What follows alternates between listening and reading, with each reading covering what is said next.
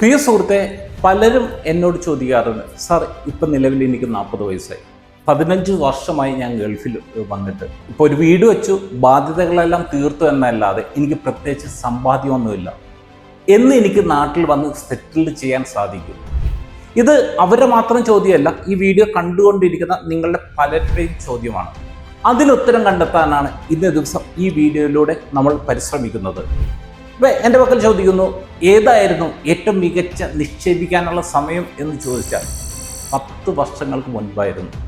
എന്നാൽ second best time ഏതാണ് എന്ന് ചോദിച്ചു കഴിഞ്ഞാൽ അത് ഇന്നാണ്. കഴിഞ്ഞ 10 വർഷം നിങ്ങൾ എന്ത് ചെയ്തു എന്നതിൻ്റെ ആകെ തുകയാണ് ഇന്നുള്ള താങ്കളുടെ ജീവിതം. ഇനി അടുത്ത 10-15 വർഷം നിങ്ങൾ എന്ത് ചെയ്യാൻ പോകുന്നു എന്നതിനെ ഡിപ്പെൻഡ് ചെയ്താണ് അടുത്ത 10 വർഷം കഴിയുമ്പോൾ അല്ലെങ്കിൽ 15 വർഷം കഴിയുമ്പോൾ നിങ്ങളുടെ ജീവിതം നിശ്ചയിക്കപ്പെടുന്നത്. അതുകൊണ്ട് തന്നെ കഴിഞ്ഞ 10 വർഷം കിട്ടിയ ഓപ്പർച്യൂണിറ്റി ഒന്നും ഞാൻ ഉപയോഗിച്ചില്ലല്ലോ എന്ന് ദുഃഖിച്ചിരുന്നിട്ട് കാര്യമില്ല. ഇന്ന് ഒരുപക്ഷെ ഇപ്പം നിലവിൽ താങ്കളുടെ പക്കൽ ഒരു സമ്പാദ്യം ഉണ്ടാകുകയില്ല. ഇന്ന് വളരെ സ്ട്രോങ് ആയിട്ടുള്ള ഒരു ഡിസിഷൻ എടുക്കാനും കൺസിസ്റ്റൻ്റ് ആയിട്ട് നിക്ഷേപിക്കാനും പേഷ്യൻസോടുകൂടി കാത്തിരിക്കാനും താങ്കൾ തയ്യാറാണെങ്കിൽ അടുത്ത 10 വർഷം കഴിയുമ്പോൾ 15 വർഷം കഴിയുമ്പോൾ താങ്കളുടെ ജീവിതം മാറും എന്നത് 100% ഉറപ്പായിട്ടുള്ള ഒരു കാര്യമാണ്. Once again welcome back to the Thommicha tips powered by Dias invest. My name is Promison Diaz.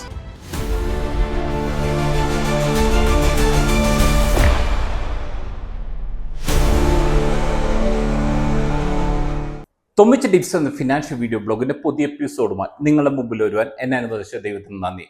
ഇന്നേ ദിവസം ഈവൻ ഒരു സീറോ ഇൻവെസ്റ്റ്മെൻ്റ് ഉള്ള ഒരു വ്യക്തിക്ക് നാട്ടിലെങ്ങനെ സെറ്റിൽഡ് ആകാം എന്നതിനെ കുറിച്ചാണ് നമ്മൾ മനസ്സിലാക്കിക്കൊണ്ടിരിക്കുന്നത്. അപ്പോൾ അങ്ങനെ താങ്കൾക്ക് സെറ്റിൽഡ് ആവണമെങ്കിൽ ഫസ്റ്റ് താങ്കൾ ചെയ്യേണ്ട ഒരു കാര്യം എന്നാൽ ഏറ്റവും ഫസ്റ്റ് സ്റ്റെപ്പ് എന്ന് പറഞ്ഞു കഴിഞ്ഞാൽ താങ്കൾ ഗോള് സെറ്റ് ചെയ്യുക എന്നതാണ്. അതായത് ഇപ്പോൾ തുടക്കത്തിൽ പറഞ്ഞ ആ ഒരു സിനാരിയോയിൽ ഇപ്പം നമുക്കറിയാം, അദ്ദേഹം 15 വർഷമായി ഗൾഫിൽ പണിയെടുക്കുന്നത്, പക്ഷേ നിലവിൽ സമ്പാദ്യമൊന്നുമില്ല. അങ്ങനെയാണെങ്കിൽ ഇപ്പം നിലവിൽ പഴയതിനെ കുറിച്ച് നമ്മൾ ചിന്തിച്ചിട്ട് കാര്യമില്ല. അപ്പം ഇനി താങ്കളെ സംബന്ധിച്ച് എന്നാണ് നാട്ടിൽ വന്ന് സെറ്റിൽ ചെയ്യേണ്ടത്? ഉദാഹരണത്തിന് ഇപ്പം നമ്മുടെ തൊമ്മിച്ചൻ ഇപ്പം നിലവിൽ 40 വയസ്സാണെന്ന് വിചാരിച്ചോ. അപ്പോൾ ഇദ്ദേഹം 10-15 വർഷം ഗൾഫിലുണ്ടായിരുന്നു. കാരണം 25-ാമത്തെ വയസ്സിൽ ഇദ്ദേഹം ഗൾഫിലേക്ക് പോയതാണ്. പക്ഷെ ഇപ്പം 40 വയസ്സായി, 15 വർഷം ഇങ്ങനെ കടന്നുപോയി. അപ്പോൾ ഈ സമയത്ത് തൊമ്മിച്ചന് വളരെ വ്യക്തമായിട്ടുള്ള ഒരു കാഴ്ചപ്പാട് കിട്ടി, എനിക്ക് നാട്ടിൽ വന്ന് സെറ്റിൽഡാണ്. അപ്പോൾ തൊമ്മിച്ചന് ആ ഒരു ലക്ഷ്യം വെച്ചതിന് ശേഷം ഏകദേശം എന്നത്തേക്ക് നാട്ടിൽ വന്ന് സെറ്റിൽഡ് ആകണം. അപ്പോൾ തൊമ്മിച്ചന് ഇപ്പം 40 വയസ്സാണ്, ഏകദേശം 55-ാമത്തെ വയസ്സിൽ ഇദ്ദേഹം നാട്ടിൽ വന്ന് സെറ്റിൽഡ് ആകണം എന്നുള്ള ഒരു ലക്ഷ്യം താൽക്കാലികമായിട്ട് തൊമ്മിച്ചൻ സെറ്റ് ചെയ്തു. അപ്പോൾ ശരിക്കും ഇതെല്ലാം പ്ലാൻ ചെയ്യുന്ന സമയത്ത് താങ്കൾക്ക് വിശ്വസിക്കാവുന്ന ഒരു ഫിനാൻഷ്യൽ എക്സ്പേർട്ട് ഉണ്ടെങ്കിൽ അവർക്ക് വളരെ ഈസി ആയിട്ട് താങ്കളുടെ ഈ പറഞ്ഞ ഇൻഫ്ലേഷനും അങ്ങനെയുള്ള എല്ലാ കാര്യങ്ങളെല്ലാം കൺസിഡർ ചെയ്തിട്ട് വളരെ ഈസി ആയിട്ട് താങ്കൾക്ക് ഗോൾ സെറ്റ് ചെയ്ത് തരും. ഞാനിപ്പോൾ ഇവിടെ ഒരു സാമ്പിളായിട്ടുള്ള ഒരു കാൽക്കുലേഷനാണ് ഞാൻ ഇവിടെ കാണിക്കുന്നത്. അപ്പോൾ നിലവിൽ സപ്പോസ് തൊമ്മിച്ചൻ ഇപ്പോൾ നാട്ടിൽ വന്ന് സെറ്റിൽ ചെയ്യാനാണെങ്കിൽ നിലവിലത്തെ സാഹചര്യത്തിൽ തൊമ്മിച്ചന് ഇപ്പോൾ ഒരു 50,000 രൂപ ഒരു മാസം ചിലവുണ്ടെങ്കിൽ, ഇപ്പോൾ നമുക്കറിയാം നമ്മുടെ ചിലവ് എപ്പോഴും കോൺസ്റ്റൻ്റ് ആയിരിക്കില്ല, ചിലവ് കൂടിക്കൊണ്ടിരിക്കും. അപ്പോൾ ഓൺ ആൻ ആവറേജ് ഇന്ത്യയിൽ ഇപ്പോൾ നമുക്കൊരു ആവറേജ് ഒരു 7% ഇൻഫ്ലേഷൻ എങ്കിലും കൺസിഡർ ചെയ്തിട്ട് പ്ലാൻ ചെയ്യുന്നതാണ് ഏറ്റവും നല്ലത്. അപ്പോൾ അങ്ങനെയാണെങ്കിൽ ഇന്നിപ്പോൾ ഒരു 50,000 രൂപ ചിലവ് ഉണ്ടെങ്കിൽ, ഇപ്പോൾ തൊമ്മിച്ചനെ സംബന്ധിച്ച് 55 വയസ്സാവുന്ന സമയത്ത് അതേ സെയിം സ്റ്റാൻഡേർഡ് മീറ്റ് ചെയ്യണമെങ്കിൽ 1.4 lakh റുപ്പീസ് എങ്കിലും പെർ മന്ത് വേണ്ടി വരും. അപ്പോൾ ഇവിടെ നമുക്ക് മനസ്സിലായി, ഇപ്പം നിലവിലത്തെ ചിലവ് 50,000 രൂപ, 55 വയസ്സാവുന്ന സമയത്ത് അതേ സെയിം സ്റ്റാൻഡേർഡ് മീറ്റ് ചെയ്യണമെങ്കിൽ 1,40,000 രൂപ വേണ്ടി വരും എന്ന് മനസ്സിലായി. ഇനി അടുത്തായിട്ട് നമ്മൾ നോക്കിക്കഴിഞ്ഞാൽ ഈ തൊമ്മിച്ചൻ ഇപ്പം 55-ാമത്തെ വയസ്സിൽ റിട്ടയർമെൻ്റ് ആവുന്നു. അങ്ങനെയാണെങ്കിൽ ഇദ്ദേഹത്തിന് ഏകദേശം ഒരു 85 വർഷം വയസ്സ് വരെ ഇദ്ദേഹം സപ്പോസ് ജീവിച്ചിരിക്കുന്നു എന്ന് വിചാരിക്കുക. അപ്പോൾ നമ്മളെ സംബന്ധിച്ച് ഇവിടം തുടങ്ങി ഇവിടം വരെ അതിനുശേഷം ചെലവ് കൂടും. അപ്പോൾ ആ 55 വയസ്സ് തുടങ്ങി 85 വയസ്സ് വരെ ഭംഗിയായിട്ട് ജീവിക്കുന്നതിന് വേണ്ടി ഇൻഫ്ലേഷൻ അഡ്ജസ്റ്റഡ് ആയിട്ടുള്ള ഒരു എമൗണ്ട്, ഒരു ക്യാഷ് ഫ്ലോ കിട്ടണമെങ്കിൽ ഏകദേശം എത്ര കോർപ്പസ് വേണ്ടി വരും എന്ന് നമ്മൾ കണക്കൂട്ടുക.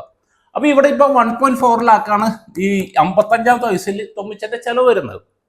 അപ്പോൾ ഇദ്ദേഹത്തിനെ സംബന്ധിച്ച് ഇദ്ദേഹത്തിൻ്റെ കേസ് നോക്കിക്കഴിഞ്ഞാൽ ഒരു റഫ്ലി നമ്മൾ നോക്കിക്കഴിഞ്ഞാൽ ഒരു 4 to 5 CR ഒരു 4 മുതൽ ഒരു 5 കോടി രൂപയുടെ ഒരു റിട്ടയർമെന്റ് കോർപ്പസ് ഇപ്പൊ തൊമ്മിച്ചനെ സംബന്ധിച്ച് തൊമ്മിച്ചന് ഈ 55-ാമത്തെ വയസ്സിൽ ഇദ്ദേഹത്തിന് ഉണ്ടാക്കാൻ സാധിച്ചു കഴിഞ്ഞാൽ മാത്രമാണ് ഇദ്ദേഹത്തിന് നാട്ടിൽ വന്ന് സെറ്റിൽ ചെയ്യാൻ സാധിക്കുന്നത്. അപ്പൊ നമുക്ക് ഏകദേശം നമുക്കൊരു ഐഡിയ കിട്ടി. ഏകദേശം ഒരു 4-5 കോടി രൂപയുടെ ഒരു റിട്ടയർമെന്റ് കോർപ്പസ് ക്രിയേറ്റ് ചെയ്യണം. ഇനി അടുത്ത സ്റ്റെപ്പ്, ഇപ്പൊ രണ്ടാമത്തെ സ്റ്റെപ്പ് എന്ന് പറഞ്ഞു കഴിഞ്ഞാൽ ഇപ്പൊ നമ്മൾ സംബന്ധിച്ച് 4 കോടി രൂപ നമുക്ക് കണ്ടെത്തണം എന്ന് വിചാരിച്ചു. അപ്പൊ ഈ 4 കോടി രൂപ കണ്ടെത്തണമെങ്കിൽ നമുക്ക് ഡിഫറെന്റ് ആയിട്ടുള്ള ഓപ്ഷൻസ് അവൈലബിൾ ആണ്. ഇപ്പൊ ഉദാഹരണത്തിന് ഇപ്പൊ നമുക്ക് ബാങ്ക് എഫ് ടി നമുക്ക് അവൈലബിൾ ആണ്. അവിടെ നമുക്ക് ഒരു 7% ആണ് ഓൺ ആൻ ആവറേജ് റിട്ടേൺ കിട്ടുന്നത്. അപ്പൊ 7% റിട്ടേൺ കിട്ടുന്ന ഒരു ഇൻസ്ട്രുമെന്റിലൂടെ 4 കോടി രൂപ അടുത്ത 15 വർഷത്തിനുള്ളിൽ കണ്ടെത്തണമെന്നുണ്ടെങ്കിൽ എത്ര എമൗണ്ട് ഇൻവെസ്റ്റ് ചെയ്യേണ്ടി വരും?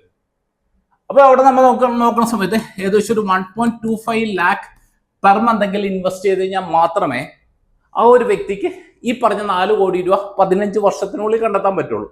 അതേസമയം ഇപ്പൊ ഒരു 12% റിട്ടേൺസ് കിട്ടുന്ന ഒരു മ്യൂച്വൽ ഫണ്ട് പോലെയുള്ള ഒരു ഇൻവെസ്റ്റ്മെന്റിൽ നിന്ന് ഇതേ സെയിം ഗോൾ അച്ചീവ് ചെയ്യണമെങ്കിൽ എത്ര എമൗണ്ട് ഇൻവെസ്റ്റ് ചെയ്യേണ്ടി വരും? അപ്പൊ അങ്ങനെയാണെങ്കിൽ ഇവിടെ നമ്മൾ നോക്കുന്ന സമയത്ത് ഏകദേശം ഒരു 80,000 രൂപ മന്തിൽ ഇൻവെസ്റ്റ് ചെയ്ത് കഴിഞ്ഞാലാണ് ഈ ഒരു വ്യക്തിക്ക് ഈ ഒരു ഗോൾ അച്ചീവ് ചെയ്യാൻ പറ്റുള്ളൂ. അപ്പൊ ഇത് നമ്മളെ സംബന്ധിച്ച് കമ്പാരിറ്റീവ്ലി സേഫ് ആണ്. ഇവിടെ നമുക്കറിയാം മ്യൂച്വൽ ഫണ്ടിൽ കയറ്റിറക്കങ്ങൾ ഉണ്ടാകാനുള്ള സാധ്യത വളരെ കൂടുതലാണ്. പക്ഷെ ലോങ്ങർ ടൈമിലേക്ക് പോകുന്ന സമയത്ത് അത് സ്റ്റെബിലൈസ് ചെയ്യാനുള്ള സാധ്യതയും വളരെ കൂടുതലാണ്. അപ്പൊ എന്നെ സംബന്ധിച്ച് ഇപ്പൊ തോമിച്ചൻ വിചാരിക്കണം എനിക്ക് 80,000 അഫോർഡബിൾ ആണോ? ചിലപ്പോൾ അദ്ദേഹത്തിനെ സംബന്ധിച്ച് 80,000 മന്ത്ലി ഈ ഗോൾ അച്ചീവ് ചെയ്യുന്നതിന് വേണ്ടി മാറ്റാൻ അദ്ദേഹത്തിന് അഫോർഡബിൾ ആയിരിക്കും. ചില സമയങ്ങളിൽ അദ്ദേഹത്തിന് അഫോർഡബിലിറ്റി ഉണ്ടാവില്ല. അപ്പൊ അങ്ങനെയാണെങ്കിൽ നമുക്ക് ചെയ്യാവുന്ന മറ്റൊരു മെത്തേഡാണ് ഇൻക്രിമെന്റൽ SIP. അതായത് ഇപ്പൊ ഇദ്ദേഹത്തിന് 50,000 അഫോർഡബിൾ ആണ്. അതിൽ നിന്ന് SIP സ്റ്റാർട്ട് ചെയ്യുന്നു. അതിനുശേഷം എല്ലാ വർഷവും 5,000-10,000 വെച്ച് SIP എമൗണ്ട് കൂട്ടിക്കൊണ്ടിരിക്കുന്നു. അപ്പൊ അങ്ങനെ കൂട്ടി വേണമെങ്കിൽ അദ്ദേഹത്തിന് ഈ ഒരു ലക്ഷ്യത്തിലേക്ക് എത്താം. അല്ലെന്നുണ്ടെങ്കിൽ ഇദ്ദേഹത്തിന് ചെയ്യാവുന്ന ഒരു കാര്യം, ഇപ്പൊ 55-ാമത്തെ വയസ്സിലാണ് ഇപ്പൊ റിട്ടയർമെന്റ് പ്ലാൻ ചെയ്തത്, നാട്ടിൽ വന്ന് സെറ്റിൽ ചെയ്യുന്നതിനെ കുറിച്ച് പ്ലാൻ ചെയ്തത്. അത് ചിലപ്പോൾ ഒരു 58 അല്ലെങ്കിൽ 60 വർഷമായിട്ട് എക്സ്റ്റെൻഡ് ചെയ്യേണ്ടി വരും. അപ്പൊ നമ്മളെ സംബന്ധിച്ച് നമുക്ക് ഏത് രീതിയിലാണ് നമുക്ക് അഫോർഡബിൾ ആവുന്നത് അത് നമ്മൾ പ്ലാൻ ചെയ്തിട്ട് വ്യക്തമായിട്ട് പ്ലാൻ ചെയ്തിട്ട് ആ ഗോൾ സെറ്റ് ചെയ്തിട്ട് അതിൽ ഫോക്കസ് ചെയ്തിട്ട് കൺസിസ്റ്റന്റ് ആയിട്ട് പേഷ്യൻസോടുകൂടി ഇൻവെസ്റ്റ് ചെയ്യാൻ തയ്യാറാവുന്ന ഒരു വ്യക്തിയെ സംബന്ധിച്ച് ഈവൻ ഇപ്പൊ നിലവിൽ 0 ഇൻവെസ്റ്റ്മെന്റ് ആണെങ്കിൽ പോലും അടുത്ത ഒരു 10 അല്ലെങ്കിൽ 15 വർഷം കഴിയുന്ന സമയത്ത് അവർക്ക് അത്യാവശ്യം നല്ല രീതിയിലുള്ള ഒരു കോർപ്പസ്, ഒരു റിട്ടയർമെന്റ് കോർപ്പസ് അദ്ദേഹത്തിന് കണ്ടെത്താൻ സാധിക്കും. അതിലൂടെ അദ്ദേഹത്തിനെ സംബന്ധിച്ച് നമ്മുടെ നാട്ടിൽ വന്ന് വളരെ സമാധാനത്തോടെ ജീവിക്കാനും സാധിക്കും. അല്ലാതെ നമ്മൾ ഇതൊന്നും പ്ലാൻ ചെയ്യാതെ നമ്മൾ ഇത്ര നാൾ, ഇപ്പൊ ഞാൻ തുടക്കത്തിൽ പറഞ്ഞ വ്യക്തി അദ്ദേഹം ജീവിച്ചാന്ന് പറഞ്ഞാൽ ജീവിച്ചു, പക്ഷെ സമ്പാദ്യമൊന്നുമില്ല. നമ്മളെ സംബന്ധിച്ച് നമ്മൾ കൃത്യമായിട്ട് പ്ലാൻ ചെയ്തിട്ട് വേണ്ട ആക്ഷൻ എടുത്തു കഴിഞ്ഞാൽ മാത്രമേ ആ നമ്മുടെ നിക്ഷേപം വളരുള്ളൂ. അപ്പൊ അതുകൊണ്ട് തന്നെ ഈ തരത്തിൽ വളരെ സ്ട്രോങ് ആയിട്ടുള്ള ഒരു ഡിസിഷൻ എടുക്കാനും ഡിസിപ്ലിനായിട്ട് ഇൻവെസ്റ്റ് ചെയ്യാനും പിന്നെ അതോടൊപ്പം തന്നെ പേഷ്യൻസോടുകൂടി കാത്തിരിക്കാനും, അതായത് ലോങ് ടൈം ഗോൾ, കാരണം ഇത് 10 വർഷം അല്ലെങ്കിൽ 15 വർഷം ഈ ഇൻവെസ്റ്റ്മെന്റ് വളരാൻ വേണ്ടി കാത്തിരിക്കാനും തയ്യാറായ ഏതൊരു വ്യക്തിക്കും അവർക്ക് വളരെ ഈസി ആയിട്ട് അവരുടെ ഫ്യൂച്ചർ ഗോൾ അച്ചീവ് ചെയ്യാൻ സാധിക്കുമെന്നാണ് ഇതിലൂടെ നമ്മൾ മനസ്സിലാക്കിയത്. അപ്പോൾ ഇതുമായിട്ട് ബന്ധപ്പെടുത്തി താങ്കൾക്ക് എന്തെങ്കിലും സപ്പോർട്ട് ഞങ്ങളിൽ നിന്ന് വേണമെങ്കിൽ താങ്കൾക്ക് ഞങ്ങളെ സപ്പോർട്ട് ഡെസ്കായിട്ട് കോൺടാക്ട് ചെയ്യാവുന്നതാണ്.